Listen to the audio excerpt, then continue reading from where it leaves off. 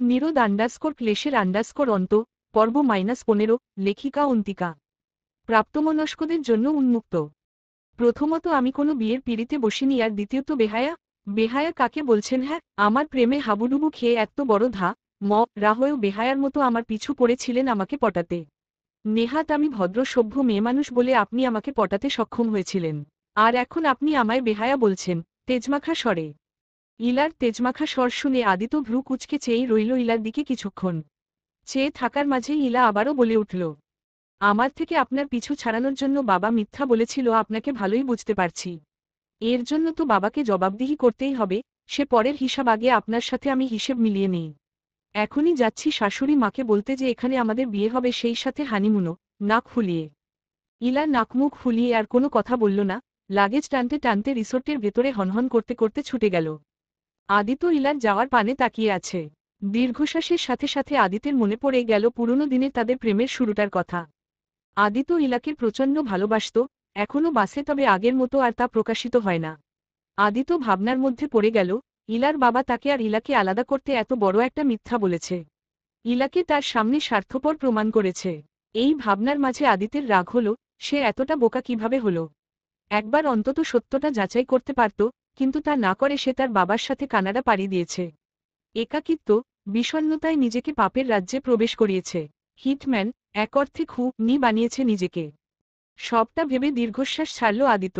মুহূর্তের মাঝেই মনটা ভারী বিষণ্ণ হয়ে গেল আদিত্যের। চারদিকে কত মানুষের কোলাহল, সমুদ্র ঢেউয়ের কোলাহলে খারাপ লাগার কথা নয়, তবুও আদিত্যের মন বিষণ্ণ হয়ে উঠল। দাঁড়ি দাঁড়ি, হ্যালো জামাইর মা, সরি শাশুড়িমা। শাশুড়িমা, আপনার ছেলেকে ঠিক কোন কবিরাজের তাবিজ দিয়ে বশ করতে পারবো একটু বলবেন আমাকে? একসময় আমাকে বশ করে মনমতো নাচিয়ে এখন আমাকে ভেগে যেতে বলছে। এসবের মানে হয় কোনো? কান্নারত স্বরে স্নিগ্ধা কিছুক্ষণ আগে বাথরুম থেকে ভিজে চুপচুপে হয়ে বেরিয়েছিল। আজকে তাকে সম্পূর্ণ নির্বাক, নিশ্চুপ লাগছিল। কল্যাণী স্নিগ্ধার এমন চেহারা দেখে অনেকবার জিজ্ঞাসা করেছিলেন কি হয়েছে, কিন্তু স্নিগ্ধা নিরুত্তর ছিল। শেষে কল্যাণী মেয়েকে কাপড় পাল্টে আসতে বললেন। স্নিগ্ধা কাপড় পাল্টে আসলে কল্যাণী স্নিগ্ধাকে বিছানায় বসিয়ে চুলের জলতোয়ালে দিয়ে মুছে দিতে থাকেন। তখনই কারো কান্নারত কণ্ঠস্বরের বাণী শুনতে পান। নজর ঘুরিয়ে দরজার দিলে তাকালেন তিনি। দরজায় ইলাকে দেখে বেশ অবাক হলেন কল্যাণী। 2 মাস পর ইলাকে পুনরায় সচক্ষে দেখেছেন তিনি। শেষবারের কথা মনে পড়তে কল্যাণীর মুখ গম্ভীর হয়ে গেল। মেয়েটাকে সবার সামনে টানতে টানতে আদিত্য বাড়ির বাহিরে বের করে দিয়েছিল। ইলাকে কল্যাণীর পছন্দ হয়েছে, পছন্দ না হয়ে উপায় নেই, কথাবার্তা ও চেহারায় সবসময় মিষ্টি আভাস ছড়িয়ে থাকে। মেয়েটার সাথে এমন করাই আদিত্যকে অনেক বকাঝকা করেছিলেন তিনি। উইদিন মেয়েটা অনেক কষ্ট পেয়েছিল, তাই আর ওই বাড়িতে আসেনি সে। এদিকে কল্যাণীর তাকানোতে ইলা কান্নার স্বর আরেকটু বাড়িয়ে বলে উঠল, দেখুন না শাশুড়ি মা, আপনার ছেলে আমায় প্রতিশ্রুতি দিয়েও রাখছে না। আমাকে আপনার ছেলে বলেছে তার বউ বানাবে, বেবির মাম্মি বানাবে। সেই আপনার ছেলে পল্টি খেয়ে যাচ্ছে, বলছে আমি নাকি বেহায়ার মতো তার পিছু পড়ে আছি। আপনিই বলুন, আমি যদি আপনার ছেলেরে ভালো নাই বাসতাম তাহলে ওর জন্য কি ওর লেজ ধরে কক্সবাজার অবধি এসে উঠতাম? কান্নারত স্বরে কল্যাণীর হুঁশ ফিরল। ইলার কথা শুনে মৃদু হাসলেন। কল্যাণী ইলার মুখদর্শন করে যা বুঝেছেন মেয়েটা অতীব সরল মনের, নির্ভেজাল। ইলার চক্ষুতে কল্যাণীর দেখেছেন আদিতের প্রতি এক আকাশসম ভালোবাসা। ছেলেটা জীবনে এতটা ভালোবাসার একটা মানুষ পেয়েও কেন যে মেয়েটাকে অবহেলা করছে কিছুতেই বুঝে উঠতে পারছেন না তিনি। দীর্ঘশ্বাস ফেলে বললেন, তুমি আদিতকে বিয়ে করতে চাও? বিয়ে করতে চাই মানে? এখনই করতে চাই। বিয়েটা একবার করে নিয়ে আপনার ছেলেকে বুঝাবো আমাকে ফেলে কানাডা চলে যাওয়ার মজা। মুখ ভেঙিয়ে স্নিগ্ধা নির্বাক চেয়ে আছে ইলার দিকে। মেয়েটা সোজা সাপটা কথা বলে, কথাও সোজাভাবে বলে ফেলে প্যাচবিহীন। স্নিগ্ধাও তো ইলার মতোই চটপটে ছিল, কিন্তু ভাগ্যর পরিহাসে আজ স্নিগ্ধা একেবারে নির্বাক ও নিঃশেষের দ্বারপ্রান্তে। ইলার নজর পড়ল স্নিগ্ধার মলিন মুখশ্রী পানে। স্নিগ্ধার সাথে হওয়া অন্যায়ের কথা শুনে ইলাও বেশ কষ্ট পেয়েছে। স্নিগ্ধা মেয়েটা বয়সে এখনও অনেক ছোট, আর এই বয়সেই এমন একটা ইনসিডেন্টের শিকার হয়েছে। ইলা মলিন হাসল, পরক্ষণেই মিষ্টি হেসে বলে উঠল, আরে স্নিগ্ধা, কেমন আছো? জানি নিশ্চয়ই বৌদিকে পেয়ে ভালো হয়ে গেছো। কি মলিন মুখে বসে আছো, হাসো একটু। আমি এই রিসোর্টেই উঠেছি, চল স্নিগ্ধা ঘুরে আসি বাহির থেকে। আমাদের সাথে শারু ও শেরহাম দাভাইও যাবে। অনেক মজা করব। শাশুড়িমা, আমার লাগেজ আপাতত এখানেই রাখছি, ঘুরে আসলে আমার রুমে নিয়ে যাব। উৎফুল্ল চিত্তে ইলা নিজ উদ্যোগে স্নিগ্ধার কাছে গিয়ে ভেজা চুল আছড়ে দিয়ে স্নিগ্ধার হাত ধরে বাহিরে যেতে উদ্যত হল। দাঁড়ি দাঁড়ি, তখন তো ভাগিয়ে দিয়েছিলে, এখন আবার গলা জড়িয়ে চুপ মুখ এনো খাচ্ছ? গম্ভীর কণ্ঠস্বরে শেরহামের গম্ভীর কণ্ঠস্বরে কথাটা বলে উঠতেই শারু নাক ফুলিয়ে অভিমানী স্বরে বলে উঠল, বেকনিতে যে প্রেম বিলাস করতে গিয়েছিলেন খেয়াল ছিল আপনার যে কেউ বেকনিতে তাকালে আপনার প্রেম বিলাস দেখতে পেত? এর উপর আপনি খালি গায়ে শুধু টাওয়াল পরেছিলেন, তাই ভাগিয়ে দিয়েছিলাম। এখন রুমের মধ্যে আছি তাই চুপ মুখ খেতে আসছি, অভিমানী স্বরে। শেরহাম ভ্রু কুঁচকে শারুর দিকে চেয়ে রইল। শারু কেন জানি মুখ ফুলিয়ে রাখতে পারল না, ফিক করে হেসে দিল।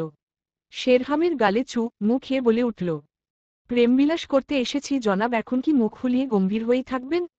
শেরহাম ভরাট কণ্ঠে বলে উঠল, হ্যাঁ গম্ভীর হয়েই থাকব। যখন মুখ খেতে আর প্রেমবিলাস করতে গিয়েছিলাম তখন আমায় প্রত্যাখ্যান করেছিলে, এখন আমি তোমাকে প্রত্যাখ্যান করলাম। সরো। ভরাট কণ্ঠে শারু সরল না, দু হাতে শেরহামের গলা জড়িয়ে ধরল শক্ত করে। শেরহাম কিছুক্ষণ নিশ্চুপ হয়ে দাঁড়িয়ে রইল, তবু শারুকে জড়িয়ে ধরল না। শারু মুখ কালো করে বলে উঠল, এখন কি জড়িয়েও ধরবেন না? আজব, আমার কি লজ্জা শরম নেই নাকি যে বেকনিতে সমুদ্র পাড়ের এতগুলো মানুষের সামনে আপনাকে জড়িয়ে ধরে প্রেমবিলাস করব? আশ্চর্য, জান লাগবে না আপনার জড়িয়ে ধরা।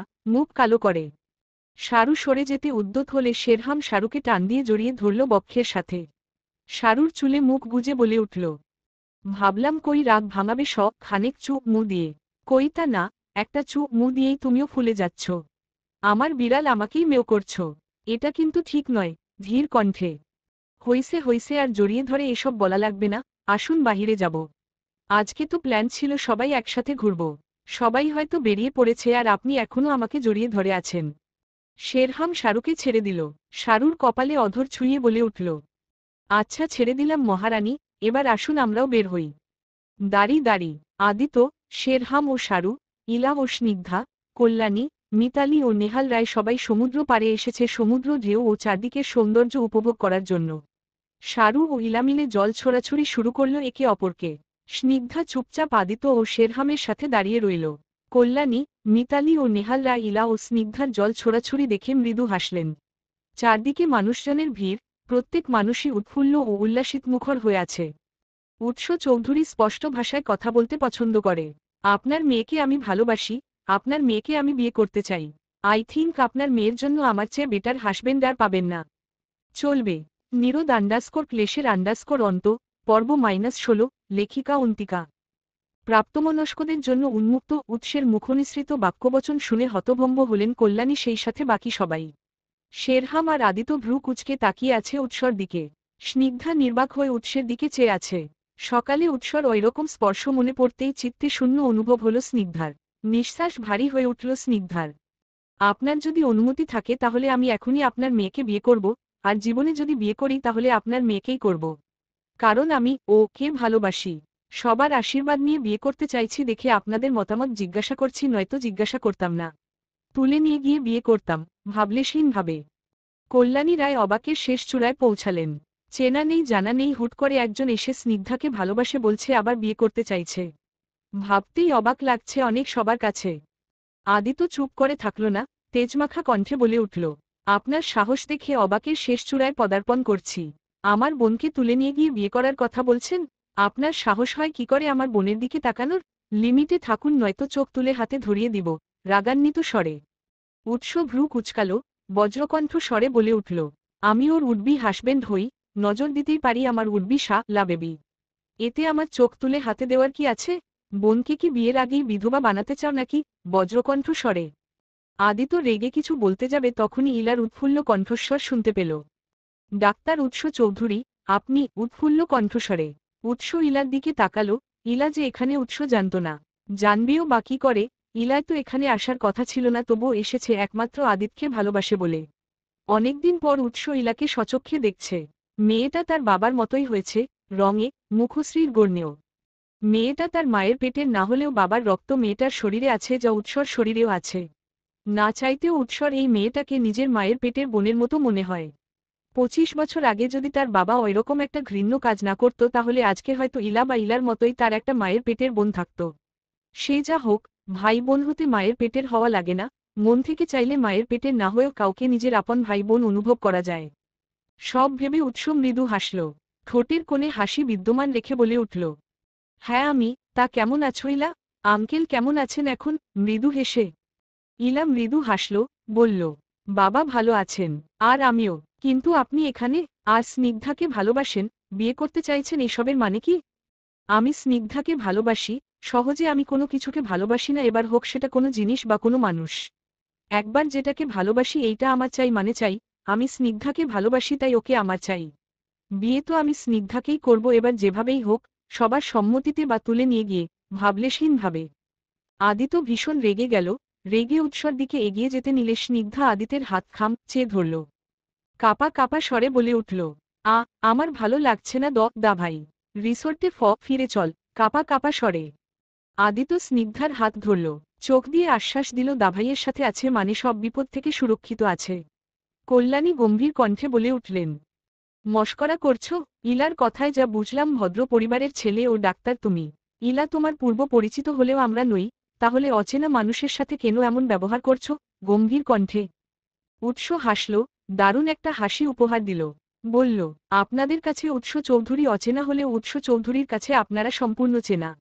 আমি স্নিগ্ধাকে ভালোবাসি, বিয়ে করতে চাই, তাই আপনাদের থেকে সম্মতি নিচ্ছি, ধরতে গেলে প্রস্তাব দিচ্ছি। বয়স বিবেচনা করলে আমি স্নিগ্ধার জন্য পারফেক্ট।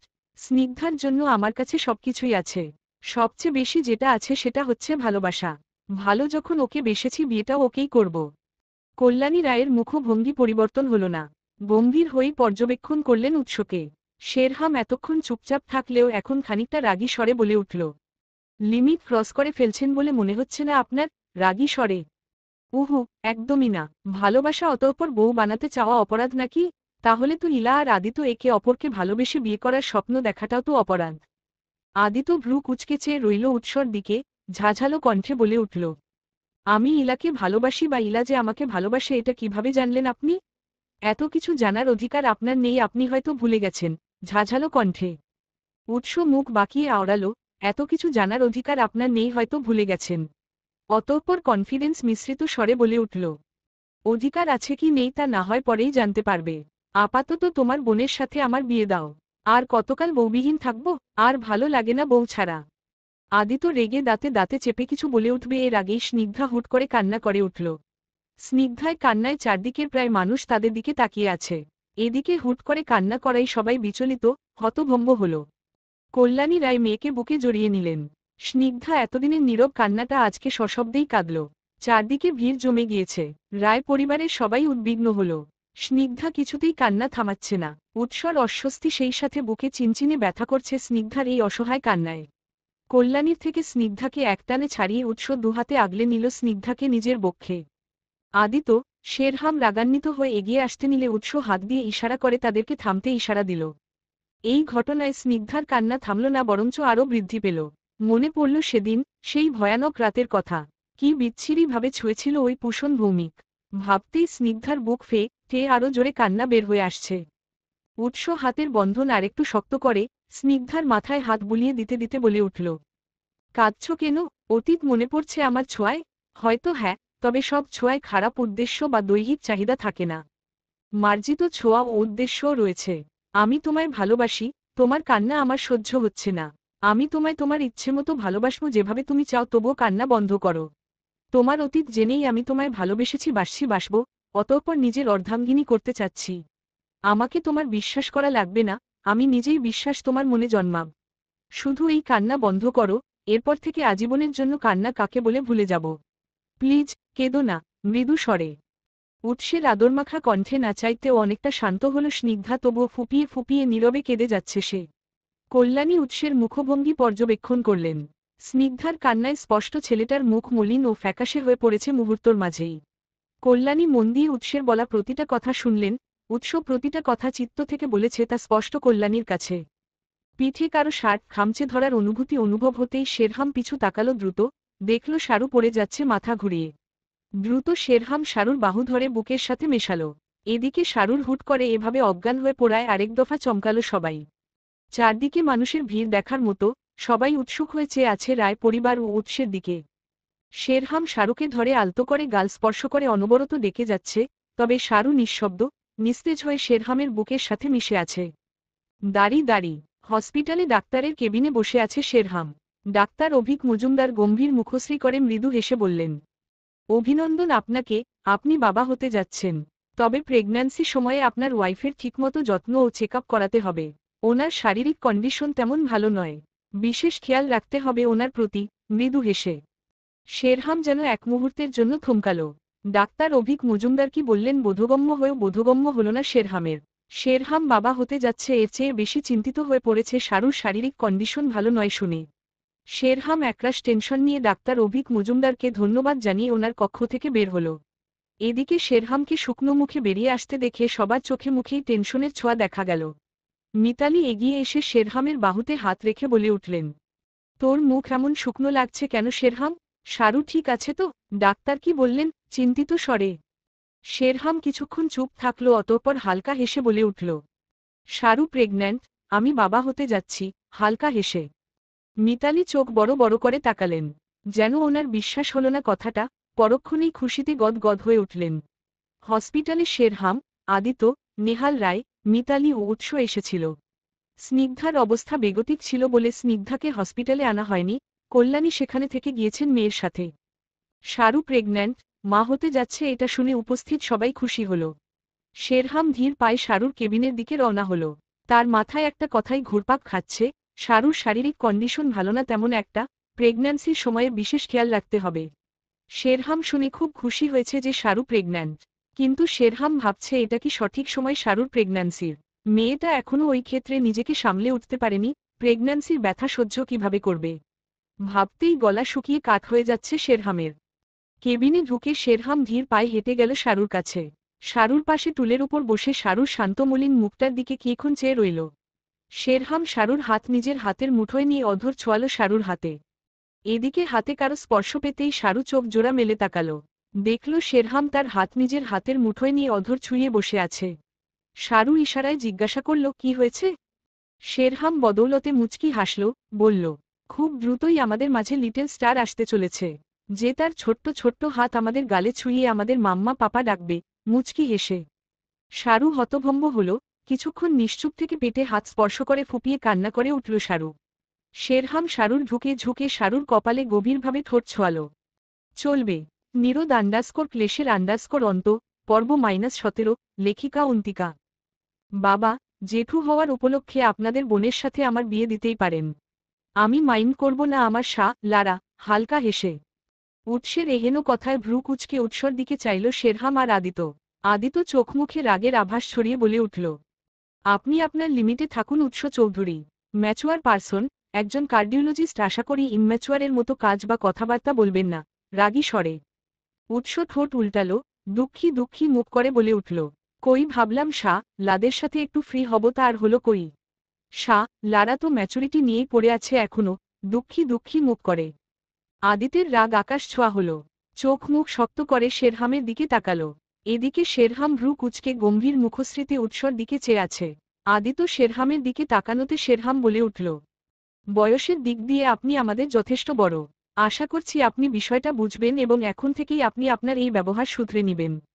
উৎসর চেহারার ভাব পরিলক্ষিত হল, আখিজোড়ায় ভর করল গম্ভীরতা। গম্ভীর কণ্ঠস্বরে বলে উঠল, আমার বোঝাটা পরের হিসাব, তোমরা জাস্ট এটুকু বুঝে রাখো, স্নিগ্ধা আমার ওয়াইফ হবে। আমি স্নিগ্ধাকে বিয়ে করব। গম্ভীর কণ্ঠস্বরে উৎস এই কথা বলে আর এক মুহূর্তও দাঁড়াল না, হসপিটাল থেকে প্রস্থান করতে উদ্যত হল। এদিকে শেরহাম আর আদিত্য উৎসর বলা কথা শুনে রাগান্বিত হল। এমনিতেও স্নিগ্ধা অনেক বাজে একটা ট্রমার মধ্যে দিয়ে যাচ্ছে, তার উপর এই নতুন ঝামেলা। শেরহাম আদিতের দিকে চেয়ে বলে উঠল, তোমার কি মনে হয় মাথায় সমস্যা আছে? আমাদের উচিত দ্রুত কক্সবাজার থেকে বাড়ি ফেরা। তা বুঝলাম, তবে লোকটা আমাদের ফ্যামিলি সম্পর্কে অনেক কিছুই জানে, এমনকি তুমি যে একজন হিটম্যান সেটাও জানে। আদিত্য ভাবনায় মত্ত হল। আদিত্য যে একজন হিটম্যান সেটা শেরহাম, বিপুল রায় ছাড়া আর কেউ জানে না। তাহলে উৎস কিভাবে জানল সে একজন হিটম্যান? ভাবনায় মত্ত থাকা অবস্থায় আদিত্য বলে উঠল, ইলা উৎস চৌধুরীকে চেনে, ওকে জিজ্ঞাসা করব। আপাতত হসপিটাল থেকে চল। শেরহাম আর আদিত্য স্নিগ্ধা, মিতালি আর নেহাল রায়কে নিয়ে বেরোল হসপিটাল থেকে। দাঁড়ি দাঁড়ি শারু প্রেগন্যান্ট শুনে ভারী খুশি হলেন কল্যাণী। শারুকে জড়িয়ে ধরে এক গাল হাসলেন, মিষ্টি হেসে বললেন, অবশেষে তোমার মাতৃত্বের দিকে সবার আঙ্গুল তোলা ঘুচবে। অভিনন্দন শারু মা, তোমার জন্য অনেক অনেক আশীর্বাদ রইল। মিষ্টি হেসে শারু হাসল।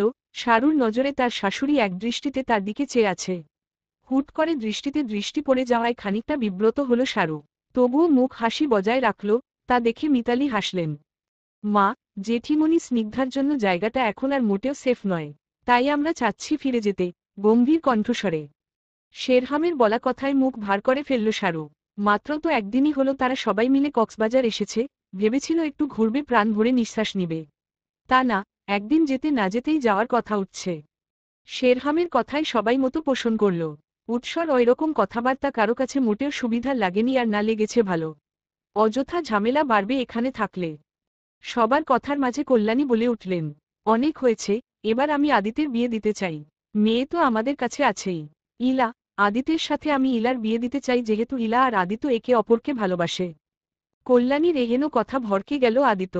হুট করে যে কল্যাণী বিয়ের কথা বলবেন তাও আবার ইলার সাথে ভাবেনি আদিত। দিক বেদিক চিন্তা না করে আদিত গম্ভীর কণ্ঠস্বরে বলে উঠল, মা, আমি ইলাকে ভালোবাসি না, আর না ওকে বিয়ে করতে চাই। গম্ভীর কণ্ঠস্বরে। দরজায় আওয়াজ হওয়াতে কক্ষে উপস্থিত সবাই কক্ষের দিকে তাকাল।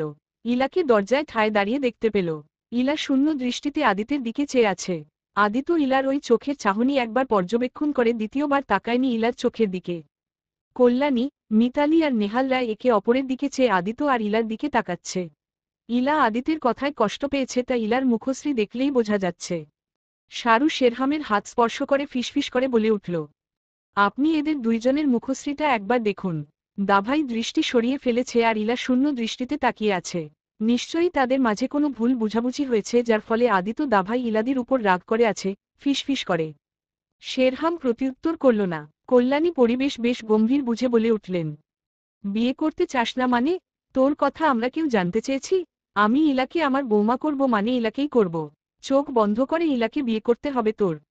আদিত শান্ত নজরে তাকালো মায়ের পানে। অতঃপর স্নিগ্ধার দিকে চেয়ে বলে উঠল, স্নিগ্ধা এখানে কমফোর্ট ফিল করছে না, অসুস্থ হয়ে পড়ছে।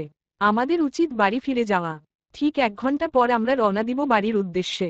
সবাই তৈরি হতে শুরু করো। গম্ভীর কণ্ঠে আদিত কথাটা বলে আর দেরি করল না।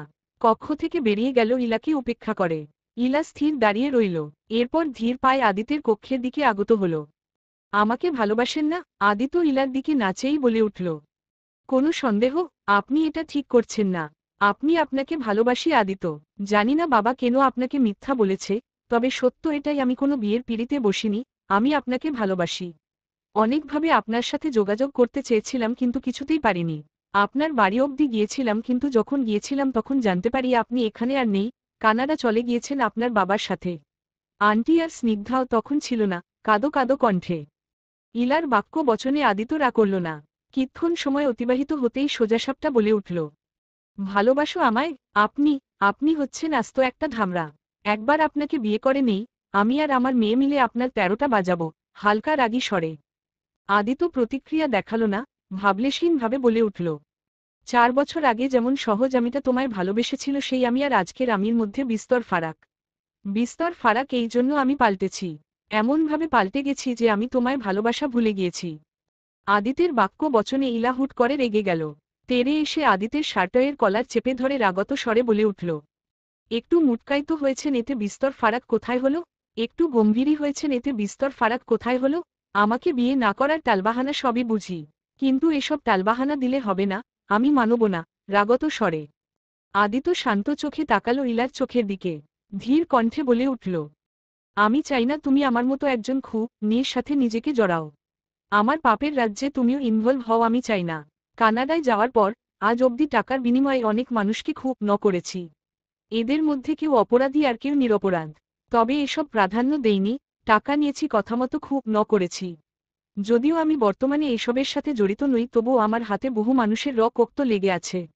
আমি চাই না আমার এই তোমাখা হাত স্পর্শ করে তোমার হাত এক ফোঁটা রক্তে রাঙাক। শান্ত স্বরে আদিতের মুখনিসৃত বাক্য বচনে বিস্ফোরিত নয়নে চেয়ে রইল ইলা। তার ভাবতেও অবাক লাগছে, টাকার জন্য আদিত কানাডা থাকাকালীন মানুষ খুন করেছে। ইলার এমন বিস্ফোরিত নয়ন, মুখভঙ্গি দেখে মৃদু হাসল আদিত। বলল, টাকাটাকে বড় করে দেখো না। টাকার অভাব ছিল না আমার। এক প্রকার বিষণ্ণতা, অপরাধবোধ আমাকে হিংস্র করে তুলেছিল। মায়ের আদর্শ, নিজের মন মস্তিষ্ককে হারিয়ে নিজেকে হিটম্যান হিসেবে গড়ে তুলেছিলাম। ঘটনার প্রায় 2 বছর পর ভাবলাম এসব কেন করছি। প্রফেশনটা বিরক্তিকর লাগতে শুরু করেছিল, তাই সরে এসেছি। আমার কথা খাপোছাড়া লাগতে পারে, তবে এর চেয়ে বেশি আর কিছু না। দাড়ি দাড়ি। শেরহাম শাহরুখকে কোলে নিয়ে দাঁড়িয়ে আছে আয়নার সামনে। শাহরু চুপ করে শেরহামের বুকে লেপ্টে আছে। দৃষ্টি তার আয়নার মধ্যে থাকা শেরহামের দৃষ্টিতে। শেরহাম শাহরুর কপালে ঠোঁট ছোঁয়ালো। আলতো স্বরে বলে উঠল, ধন্যবাদ আর অফুরান্ত ভালোবাসা শাহরু, আমাকে এই বাবা হওয়ার খুশিটা দেওয়ার জন্য। আলতো স্বরে। শাহরু মৃদু হেসে শেরহামের গলা শক্ত করে জড়িয়ে ধরল। শেরহাম শাহরুকে আরো শক্ত করে নিজের সাথে মিশিয়ে নিল। কণ্ঠে দুষ্টুমির ছোঁয়া রেখে বলে উঠল, শুরুটা তবে হয়েই গেল। এবার থেকে প্রতি বছর আমি বাবা আর তুমি মা হতে পারবে। আমাদের ডাবল ডজন বাচ্চা হবে, তুমি চাইলে ট্রিপল ডজন বাচ্চাও নেওয়া যাবে। কি বলো, নিতে পারবে না? দুষ্টুমি মাখা স্বরে শাহরু শেরহামের ঘাড় নখ গেঁথে দিল। লজ্জায় লাল নীল বেগুনি হতে হতে মিয়ে যাওয়া কণ্ঠস্বরে বলল, অসভ্য লোক। চলবে। নিরুদ ক্লেশের কন্ত। পর্ব -18। লেখিকা অন্তিকা। প্রাপ্তমনস্কদের জন্য উন্মুক্ত। স্বামীদেরকে বউয়ের কাছেই অসভ্য হতে হয়, অন্যথায় দেখা যাবে অন্য নারীর কাছে অসভ্যতামি করলে বউ খুন্তি দিয়ে টানো শুরু করে দিচ্ছে। তোমার হাতে খুন্তি তা হতে চাই না দেখেই তো একমাত্র তোমার কাছেই নিজেকে অসভ্য রূপে সাজাই। মৃদু হেসে শেরহামের এহেন কথায় মিটমিট করে হেসে উঠল শাহরু। শেরহামের বুকে আঙ্গুল দিয়ে লাভ আঁকতে আঁকতে হেসে বলে উঠল, অন্য নারীর কাছে গিয়ে দেখুন না, শুধু খুন্তি কেন, প্রয়োজন পড়লে হারপিক মাখিয়ে টয়লেট মাজার ব্রাশ দিয়ে টাবো। হেসে শেরহাম চোখ ছোট ছোট করে বলল, আচ্ছা জি, আমাকে হারপিক মাখানো টয়লেট মাজার ব্রাশ দিয়ে টাবে? এত বড় সাহস তোমার! তোমার শাস্তি আমাকে 13টা বাচ্চার বাবা বানানো। হু। শাহরু বেশ জোরেই হেসে উঠল। শেরহামের বুকে আলতো করে থা অপ্প রমে রে বলে উঠল, সবার পটি হিসু কিন্তু আপনাকে দিয়েই পরিষ্কার করাবো জনাব, তখন কিন্তু আমার সাহায্য পাবেন না। শেরহাম বাঁকা হেসে বলল, তোমার সাহায্য কে নিবে? বাচ্চাদের পটি পরিষ্কার করার জন্য দরকার পড়লে আবার বিয়ে করব, সমস্যা কই? শাহরু ভ্রু কুঁচকে মুখ ফুলিয়ে শেরহামের বুকে শক্ত করে আঙ্গুল দেবে বলে উঠল। মনে হচ্ছে হারপিক মাখানো টয়লেট মাজার ব্রাশের কথা ভুলে গিয়েছেন। একদম মুখে ঘষে দেব বলছি, আরেকবার বিয়ে করার কথা বললে মুখ ফুলিয়ে। শেরহাম শাহরুর এহেন কাণ্ডে হেসে দিল। শাহরুর নাকের সাথে নিজের নাক ঘষে বলে উঠল, তোমায় উপেক্ষা করে অন্য নারীকে বিয়ে করার কথা মাথায় আনলে সেদিন আমার তু হোক শাহরু। ও গলার স্বর টেনে বাবা হঠাৎ যেন অনেক বউপ্রেমী হয়ে গেলেন জনাব। এই বউপ্রেমী যদি আগে হতেন তাহলে এতদিনে আমরা হ্যাপি কাপল হইতাম উইথ 2 ছেলে মেয়ে। মুখ ভেঙিয়ে শেরহাম শাহরুকে কোল থেকে নামিয়ে দিল। দুহাত শাহরুর কাঁধে রেখে ঝুঁকে শাহরুর চোখে চোখ রেখে বল উঠল, সেদিন সন্ধ্যায় যেভাবে সিডিউজ করেছিলেন ম্যাডাম, নিজেকে কিভাবে সামলিয়েছিলাম তা একমাত্র আমিই জানি। আপনার তখন আমার ভালোবাসা পাওয়ার সময় ছিল না, তাই সবসময় গম্ভীর হয়ে থাকতাম আপনার সামনে। পাছে যদি আপনার মায় গভীরভাবে নিজেকে আবৃত করে আপনার উপর একটু বেশিই অধিকার খাটিয়ে ফেলি এই ভয়। কিন্তু টা আপনি বরাংবার মুখ হাবো মুখ ফসকে বলে ফেলতেন। আর এখন তো আপনাকে মুখ হাওয়ার কথা বললে আপনি মুখ বাঁকান। শাহরু আচরণগত এই কথাতেও মুখ বাঁকালো। শেরহাম শাহরুর মুখ বাঁকানো দেখে হেসে উঠল, হয়েছে আর মুখ বাঁকানো লাগবে না, রেডি হয়ে নাও, আমরা বাড়ির উদ্দেশ্যে বেরোব। শাহরু ঠোঁট উল্টে বলল, এসেছি তো একদিনও ঠিক মতো হয়নি, এর মাঝেই যাওয়ার জন্য উঠে পড়ে লেগেছেন। সমস্যাটা কি? ঠোঁট উল্টে সমস্যাটা হচ্ছে উৎস চৌধুরী ওপেনলি থ্রেট দিয়েছে আমাকে আর আদিতকে যে স্নিগ্ধাকে যেভাবেই হোক বিয়ে করবেন। এমনিতেও ফুলের মন মেজাজ ভালো নেই। এতটা দিন অনেকবার হাসানোর চেষ্টা করেছি, তবুও একবারের জন্য হাসেনি ফুল। যেই ফুল সবসময় দুরন্তপানা বজায় রেখে অন্যকে হাসাতো সে ফুল গত 2 মাসে একবারও হাসেনি। কতটা মানসিক যাতনায় আছে আমার ফুল। এমতাবস্থায় উৎস চৌধুরী ফুলকে জোর করে বিয়ে করার কথা বলছে, ভাবো ফুল কতটা ভয় পাচ্ছে। তাছাড়া উৎস চৌধুরীকে সুবিধার মনে হচ্ছে না। ওনার জন্য ফুল এখানে সেফ নয়, তাই যেতে হচ্ছে। ফুলকে নিয়ে আর কোনো রিস্ক নিতে চাই না। আমার ফুল ভালো নেই, আমি চাই না নতুন কোনো মানসিক যাতনা আমার ফুলটাকে ঝরিয়ে দিক। শাহরু শেরহামের দিকে একদৃষ্টিতে চেয়ে আছে।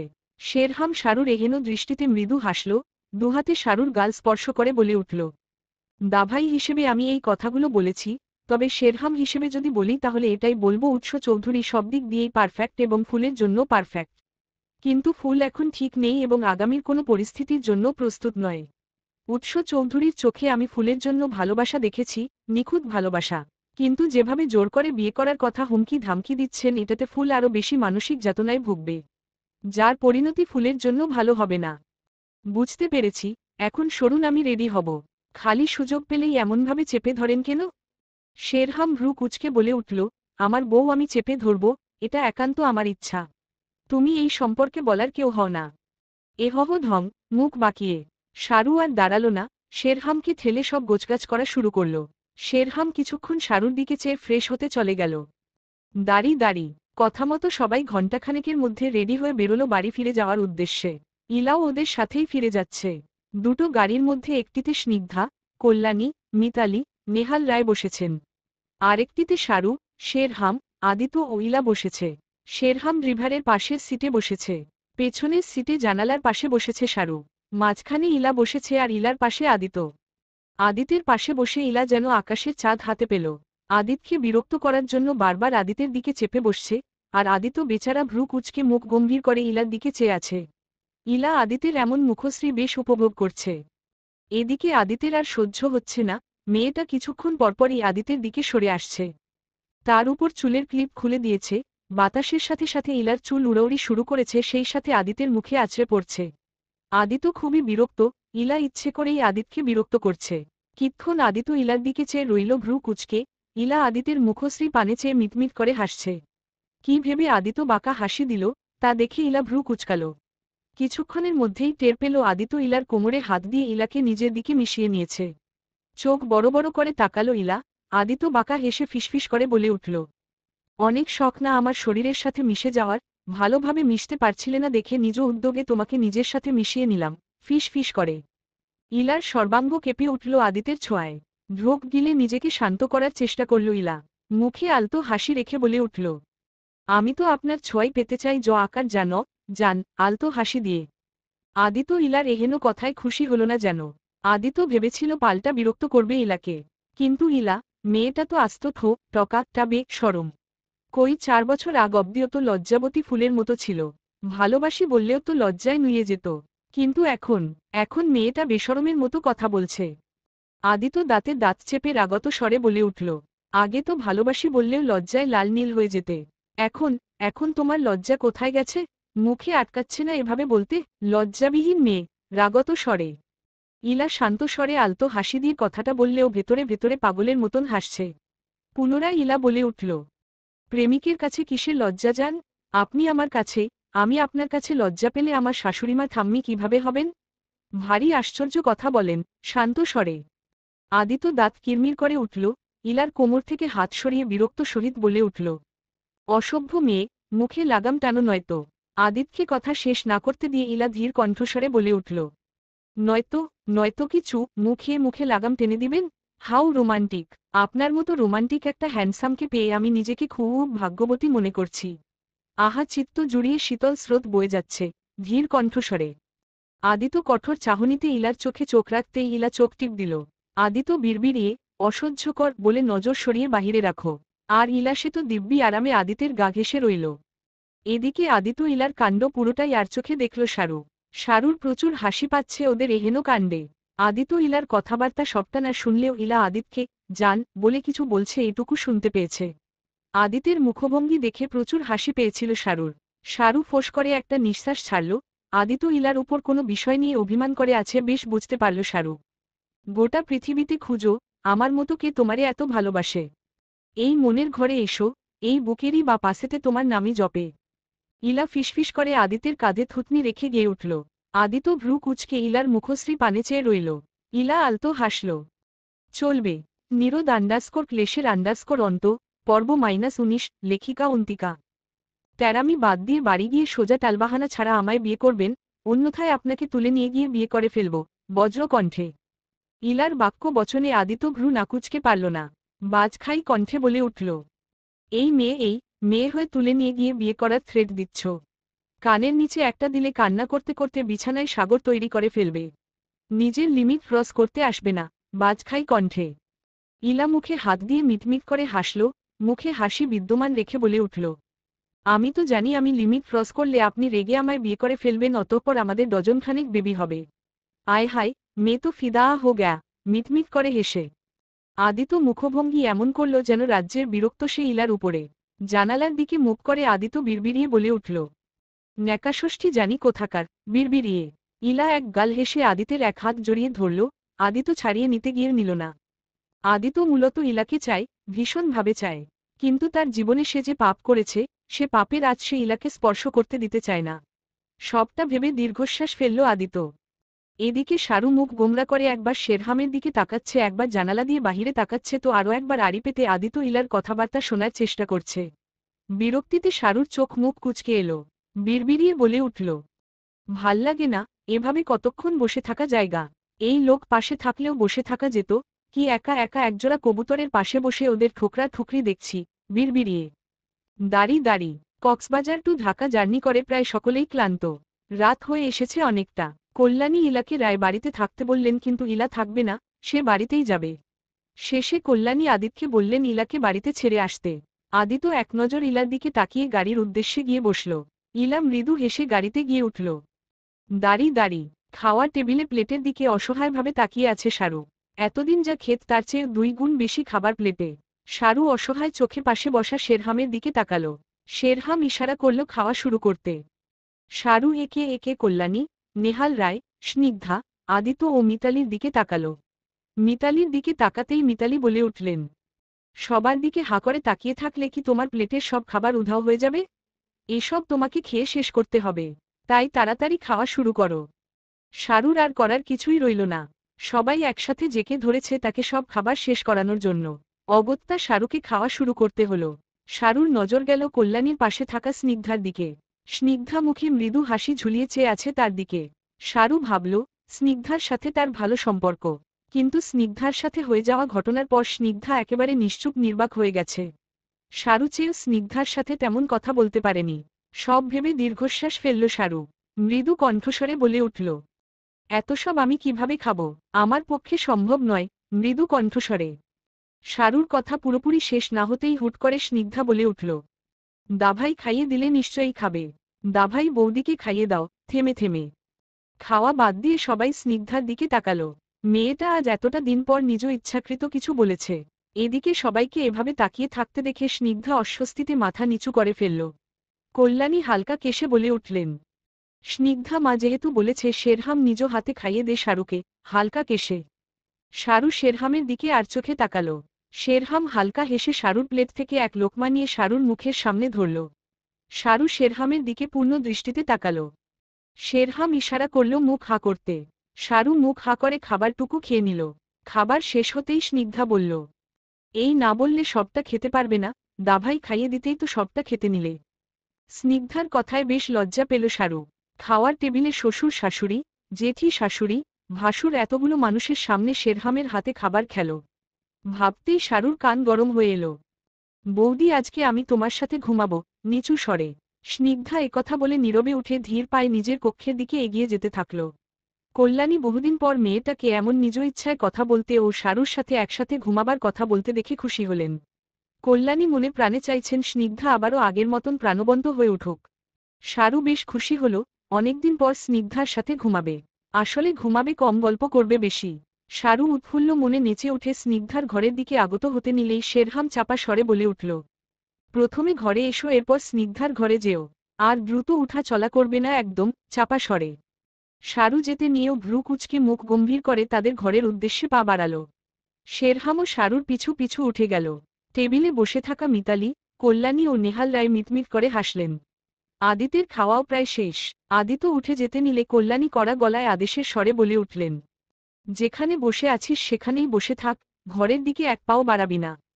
আদিত্য ভ্রু কুঁচকে সদ্য টেবিল থেকে উঠতে যাবে এমন অবস্থায় দাঁড়িয়ে আছে। কল্যাণীর এমন কড়া কণ্ঠের আদেশসূচক বাণী শুনে চুপচাপ ভ্রু কুঁচকে কল্যাণী কণ্ঠে কঠোরতা বজায় রেখে বলে উঠলেন, সবটা কি পুতুল খেলা পেয়েছিস? মেয়েটা তোকে ভালোবাসে, তোর জন্য পারফেক্ট, যথেষ্ট সরল, ভদ্র, সভ্য, শান্তশিষ্ট, সবাইকে মান্য করে চলে। তুমিও ওকে ভালোবাসো, সেখানে কেন তুমি ওকে বিয়ে করবে না বলছো? সমস্যাটা কোথায়? বয়স তো তোমার কম হয়নি। আমার কি ছেলে বউকে আদর যত্ন করতে ইচ্ছে হয় না? কড়া কণ্ঠে আদিত্য বুঝল ইলাকে বিয়ে করার কথা বলছেন কল্যাণী। তবুও আদিত্য ভাবটা এমন করল যেন কল্যাণী কোন মেয়ের কথা বলছে বুঝতে পারছে না আদিত্য। সরল কণ্ঠে বলে উঠল, কোন মেয়ের কথা বলছো মা? সরল কণ্ঠে কল্যাণী রাগ দেখালেন। রাগান্বিত স্বরে বলে উঠলেন, নাটক করবে না একদম। তুমি ভালো করেই বুঝেছ কোন মেয়ের কথা বলছি। ইলার কথা বলছি। শুনো, আমি তোমার কোনো বাহানা দেখতে চাই না। সামনের মাসেই তোমার আর ইলার বিয়ে হবে, and that's my final decision. রাগান্বিত স্বরে আদিত্য মুহূর্তের মাঝেই ভাবনায় হারালো। কিক্ষণ অতিবাহিত হতেই আদিতের মুখশ্রীতে রাজ্যের গম্ভীরতা ভর করল। গম্ভীর স্বরে বলে উঠল, নেক্সট মান্থ 1 তারিখেই আমি কানাডা ফিরছি। গম্ভীর স্বরে। কল্যাণী সহ মিতালি, নেহাল রায় অবাক হলেন। ভরকে যাওয়া দৃষ্টিতে চাইলেন আদিতের দিকে। কল্যাণী অবাকের স্বরে বলে উঠলেন, নেক্সট মান্থ কানাডা ফিরছি মানে তুই আবার আমাদের ছেড়ে চলে যাবি? অবাক স্বরে। একেবারের জন্য তো যাচ্ছি না। নেহাত কলেজের প্রিন্সিপালের সাথে আমার ভালো সম্পর্ক, তাই আমাকে 4 মাসের লম্বা ছুটি দিয়েছেন। সময় ফুরিয়ে আসছে, আমাকে নেক্সট মান্থ যেতে হবে মা। গম্ভীর কণ্ঠস্বরে। কল্যাণী নিশ্চুপ হয়ে রইলেন। হঠাৎ ওনার বিপুল রায়ের কথা মনে পড়ল। মানুষটাকে বহুদিন হলো দেখেনি কল্যাণী। কণ্ঠস্বর অবধি শুনতে পায়নি। দীর্ঘশ্বাস ছেড়ে কল্যাণী বলে উঠলেন, ঠিক আছে, যেও, তবে শীঘ্রই বাংলাদেশ ব্যাক করে এখানেই কোনো জব করো। দীর্ঘশ্বাস ছেড়ে কল্যাণী নিজের কথা বলে আর বসে থাকলেন না। টেবিলের এটো প্লেটগুলো নিয়ে রান্নাঘরের দিকে গেলেন। মিতালি কল্যাণীকে সাহায্য করার জন্য কল্যাণীর পিছু পিছু গেলেন। নেহাল রায় আদিতের কাঁধে হাত রেখে, এবার আর দূরত্ব তৈরি করো না, দাভাইকে সঙ্গে করে নিয়ে এসো, বলেই নিজের ঘরের উদ্দেশ্যে পা বাড়ালেন। একা আদিত্য খাবার টেবিলে নিশ্চুপ হয়ে বসে আছে। শেষে ফোঁস করে একটা শ্বাস ত্যাগ করে দেও তার কক্ষের দিকে পা বাড়াল। দাঁড়ি দাঁড়ি, স্নিগ্ধার কাছে যাচ্ছ ভালো কথা, রাত জেগে গল্প করতে যেন না দেখি। এখন রাত জাগলে তোমার জন্য প্রবলেম হবে, সেই সাথে স্নিগ্ধারও প্রবলেম হবে। দ্রুত ঘুমিয়ে পড়বে। কড়া কণ্ঠে। শারু চোখ মুখ কালো করে মেঝের দিকে চেয়ে রইল। কতক্ষণ ধরে লোকটা কড়া গলায় কথা শুনিয়ে যাচ্ছে। এদিকে শারুর এমন মুখভঙ্গি দেখে শেরহাম কড়া কণ্ঠেই বলে উঠল, এদিকে তাকাও, তাকাও বলছি। কড়া কণ্ঠে। শারু তাকালো না। শেরহাম দুহাতে শারুর গাল স্পর্শ করে শারুর মুখশ্রী নিজের দিকে ফেরালো। শারু নিজেকে ছাড়ানোর চেষ্টা না করে চোখ বন্ধ করে আছে। এর মানে সে বুঝাতে চাচ্ছে কিছুতেই শেরহামের দিকে তাকাবে না। শেরহাম মৃদু হেসে দিল শারুর মুখভঙ্গি দেখে। শারুকে নিজের সাথে মিশিয়ে ঠোঁট বাড়িয়ে আলতো করে মুখ হেলো শারুর ঠোঁটে। শারু ফট করে চোখ মেলে তাকালো। নিজের দুগাল থেকে শেরহামের হাত সরিয়ে বলে উঠল, এসব টু খাওয়ার চিন্তা ভাবনা ভুলেও করবেন না। ঠোঁটে একদম 24 ঘন্টা থাকা লিপস্টিক লাগিয়ে দিব। কোথাও নিজের মুখ দেখাতে পারবেন না। সরুন, যাচ্ছি আমি। আমাকে বাবা বানানোর শাস্তি কিন্তু আরও বাড়বে। পারেনি তো শুধু এই এক কথা বলতে। শুধু বলতে নই, কাজেও দেখাবো। এখন দেও আমাকে। আচ্ছা দিব, চোখ বন্ধ করুন। শারুর সরল কথায় শেরহাম সত্যিই নিজের চোখ বন্ধ করল। শারু শেরহামের কান মলে আর 1 সেকেন্ডও দাঁড়াল না। দ্রুত পদে বেরিয়ে গেল রুম থেকে। এদিকে শেরহাম আর শব্দ করে চোখ মেলে দেখল শারু পালিয়েছে। দরজার দিকে তাকাতে দেখল শারু মাথা ঢুকিয়ে উকি দিয়ে তাকে মুখ ভিমাল। শেরহাম এগিয়ে যেতে নিলে শারু দৌড় দিল স্নিগ্ধার রুমের উদ্দেশ্যে। শেরহাম বিড়বিড়িয়ে বলল, শান্তিতে কোনোকালেই একে মুখ খেতে পারলাম না। কোনো না কোনো ভাবে বাগড়া দিবেই দিবে। মুখ খেতে গেলেই শিং মাছের মতো নড়াচড়া করবার। উফ, বিড়বিড়িয়ে চলবে। নিরোদ ক্লেশের অন্ত, পর্ব -20। লেখিকা নামিরা অন্তিকা। প্রাপ্তমনস্কদের জন্য উন্মুক্ত। রাত 2টো বাজে।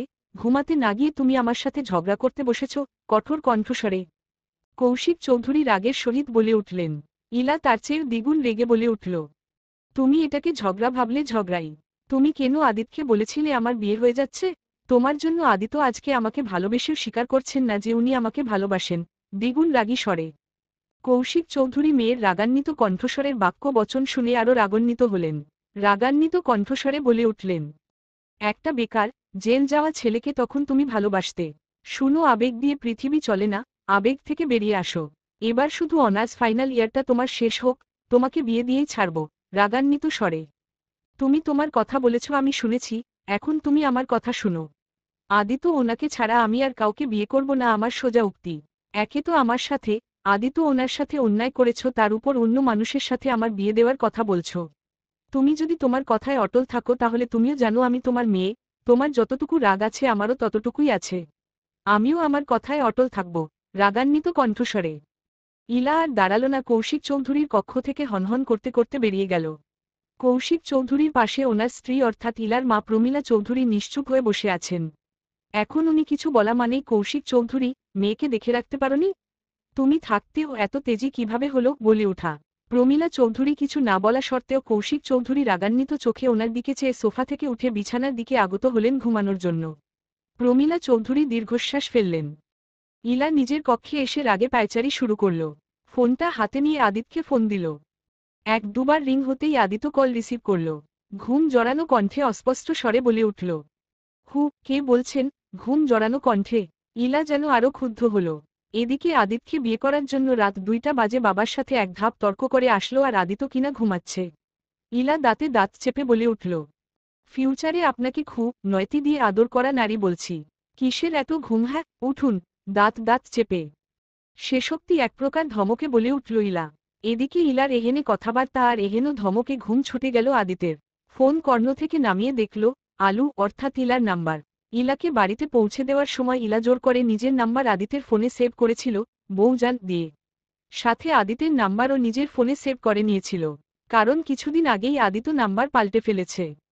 আদিত্য পরে অবশ্য বউজান নিকনেম আলু দিয়ে সেভ করেছিল। ইলার এমন রাগান্বিত কণ্ঠস্বর শুনে আদিত্য গম্ভীর কণ্ঠস্বরে বলে উঠল, এই মেয়ে এই রাত বিরাতে আমায় কেন ফোন করেছ? ঘুম নিদ্রা নাই তোমার? গম্ভীর কণ্ঠস্বরে ইলার রাগ যেন আরও বৃদ্ধি পেল। দাঁত কিরমির করে বলে উঠল, আপনার সাথে পচা কথা বলবো বলে রাত বিরাতে কল দিয়েছি। কোনো সমস্যা আপনার? আসুন বাচ্চার পরিকল্পনা করি।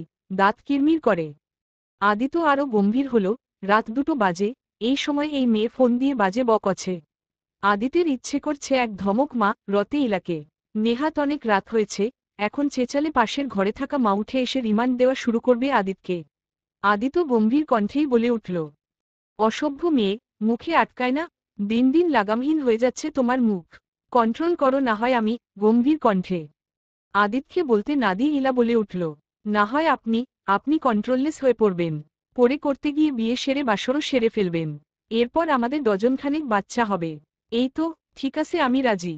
স্ক্রু ঢিলা পুরুষমানুষ কোথাকার।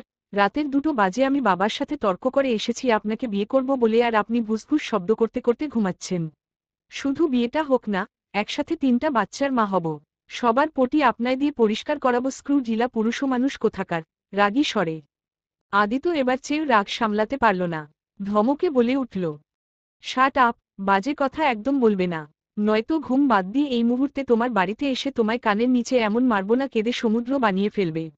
এক বাচ্চার মা হতেই দম বেরিয়ে যাবে, সেখানে 3টা বাচ্চার মা হওয়ার স্বপ্ন দেখে। রিয়ে একদম গাল্লা ল করে দিব। সভ্য মেয়ে, ফোন রাখো। ধমকের স্বরে আদিতের ধমক খেয়ে ইলা কাদো কাদো হয়ে উঠল। আপনি ভালো না, কথা বলবো না আপনার সাথে বলেই ফোন কেটে দিল। আদিত্য ফোঁস করে নিঃশ্বাস ছাড়ল। এই মেয়ে কি জীবনেও তাকে শান্তি দিবে না? দিনে তো অশান্তি দেয়, রাতেও অশান্তি দেয়। দুহাতে মাথার চুল টেনে ধূপ করে শুয়ে পড়ল আদিত্য। দাড়ি দাড়ি, অসভ্য চোরের মতো আমায় কোলে তুলে কেন নিয়ে আসলেন? রাগত স্বরে শারুর বাক্য বচনে শেরহাম ভ্রু কুচকে বলে উঠল, বউ, বাচ্চা ছাড়া ঘুম আসে না, তাই আমার বউ বাচ্চা আমি তুলে নিয়ে এসেছি। এতে তোমার কি? তুমি বলার কে? ভ্রু কুচকে শারু নাক ফুলিয়ে নিশ্চুপ হয়ে শেরহামের বুকে গুটিয়ে রইল। শেরহাম আলতো হেসে দুহাতে বুকের সাথে জড়িয়ে নিল শারুকে। সময় এখন রাত 3টা। শেরহাম হাজার চেয়েও ঘুমাতে পারেনি। এতদিন শারুকে জড়িয়ে ঘুমানোর অভ্যাস তৈরি হওয়াতে আজকে শারু নেই বলে শেরহামের ঘুম আসছিল না। শেষে এপাশ ওপাশ করতে করতে ঘড়ির কাঁটা 3টায় এসে থামতেই উঠে চলে গেল শারুকে নিয়ে আসতে। ভাগ্য ভালো দরজা ভেতর থেকে লাগানো ছিল না, না হয় শারুকে নিয়ে যেতে পারত না শেরহাম। শারুর মাথায় মু দিয়ে শেরহাম প্রশান্তিতে চোখ বুঝল। দাড়ি দাড়ি, নতুন ভোরের আগমন, সেই সাথে নতুন একটা বারের। শারু ঘুম থেকে উঠে রান্নাঘরের দিকে গেল সবার জন্য নাস্তা তৈরি করতে। শারু ভেবেছিল এত সকালে একমাত্র সেই প্রথম উঠেছে, কিন্তু না, শারুর শাশুড়ি মিতালিও রান্নাঘরে উপস্থিত রয়েছেন। শারু ওনাকে দেখে একটু ইতস্তত বোধ করল। প্রেগন্যান্সির আগ থেকেই মিতালি আর প্রেগন্যান্সি নিয়ে কথা শোনায়নি শারুকে। কথা তেমন বলতেন না, যতটুকু বলতেন সবটাই শারুর নিজের প্রতি খেয়াল রাখতে বলতেন। শারু গুটি গুটি পায়ে এগিয়ে গেল মিতালিকে সাহায্য করার জন্য। মা, রুটি আমি বেলে দেই? শারু নিচু কণ্ঠে প্রশ্ন করল মিতালিকে। মিতালি শারুর দিকে চেয়ে মিষ্টি হেসে বলে উঠলেন, তোমার রুটি বেলা লাগবে না। এত সকালে কেন উঠেছ? এই সময়ে পর্যাপ্ত পরিমাণের ঘুম দরকার, আর এখন কোনো কাজ করা লাগবে না। যাও বিশ্রাম নাও। মিষ্টি হেসে শারুর কেন জানি মিতালির এমন ব্যবহার একবার ভালো লাগে, আরেকবার ভালো লাগে না। কারণ মাঝে মধ্যে মনে হয় শাশুড়ি তার ভালো হয়ে গিয়েছে, এখন থেকে আর ঝগড়া করবে না। আবার মনে হয় ঝগড়ার সময়টাই সুন্দর ছিল। মাঝে মধ্যে ঝগড়া ভালো না লাগলেও ঝগড়ার সময়টা শারুর ভালো লাগতো শারুর কাছে। শারু নিচু কণ্ঠে আবারও বলে উঠল, আমি পারবো মা। আমি জানি পারবে, তবে আমি করতে দিব না। যাও এখন ঘরে যাও, বিশ্রাম নাও। নাস্তা তৈরি হয়ে গেলে সবাইকে ডেকে দিব। শারু আর একটা শব্দ করল না। নিশ্চুপ পায়ে ঘরে গেল। বিছানায় বসতেই শেরহাম শুয়ে থাকা অবস্থায় শারুর কাছে গিয়ে পেছনে থেকে দুহাতে শারুর কোমর জড়িয়ে কোমরে ঠোঁট ছোঁয়াল। আচমকা শেরহামের এহেন কাণ্ডে ভড়কে গেল শারু। শেরহামের হাত সরাতে চেয়ে সরাতে পারল না শারু। শেরহাম শারুকে নিজের কাছে টেনে শারুর কানে কানে বলে উঠল, আমার ঘুমে ব্যাঘাত ঘটিয়ে উঠে গিয়েছ, এর শাস্তি তো তোমাকে পেতেই হবে জান। ফিসফিস করে শারু নিজেকে ছাড়ানোর জন্য নড়াচড়া শুরু করল। শেরহাম নিজের অধর শারুর অধরের সাথে মিশিয়ে দিল। কিৎক্ষণ উষ্ণ আবেশ বজায় থাকলেও শেরহাম জোরে একটা কা ম র বসালো শারুর অধরে। শারু ব্যথাতুর দৃষ্টিতে শেরহামের দিকে চাইল। শেরহাম মৃদু হেসে কা ম র দেওয়া স্থানে আলতো চু মুখ হেলো। রোজ সকালে এভাবে আমার ঘুমে ব্যাঘাত ঘটিয়ে উঠে যেও, তাহলে রোজ রোজ সকালে তোমায় এমন শাস্তি দিতে পারব। তোমায় এমন শাস্তি দিতে আমি প্রতিদিনই কেন প্রতি মিনিটই ইচ্ছুক। মৃদু হেসে চলবে।